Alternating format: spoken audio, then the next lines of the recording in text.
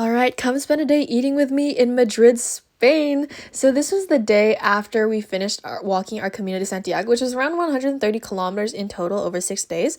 So we started off in our hotel's cafe breakfast place, and we ordered our cappuccinos. And this was kind of like usual breakfast. There was nothing like special about it because it was a very touristy part of the town. But we got some toast and there was some avocados in there, and it was a good breakfast. One was a sourdough base, I think, and the other was a brioche, and then my mom and I just split it. The brioche one had a runny egg on top, and it was just so perfect cutting into it. And the way the yolk just went all over both of the breads, and every bite you had was covered in yolk. It was amazing. And then we took a walking tour around Madrid. And our tour guide suggested a few places to eat along the way. So then every time she suggested a place, we'd pop in and get some pastries, and it was so good. And then I had yao yao because we don't have we have Menchie's, but they all closed down in Vancouver, so I don't get frozen yogurt ever.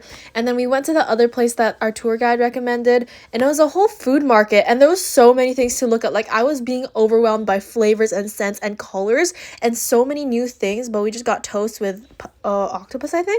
And before I get into anything else, just listen to this cochino ASMR crunch, and it's just delicious. This was after like 4 hours of walking and exploring Madrid, and it was just so good. After I was just famished, and we ran through the rain to get to this restaurant, and apparently it's really popular. It was quite empty because it was raining, and there was only a few other people in that dining area with us. But they are very famous for this cochino, which is, I think, pig.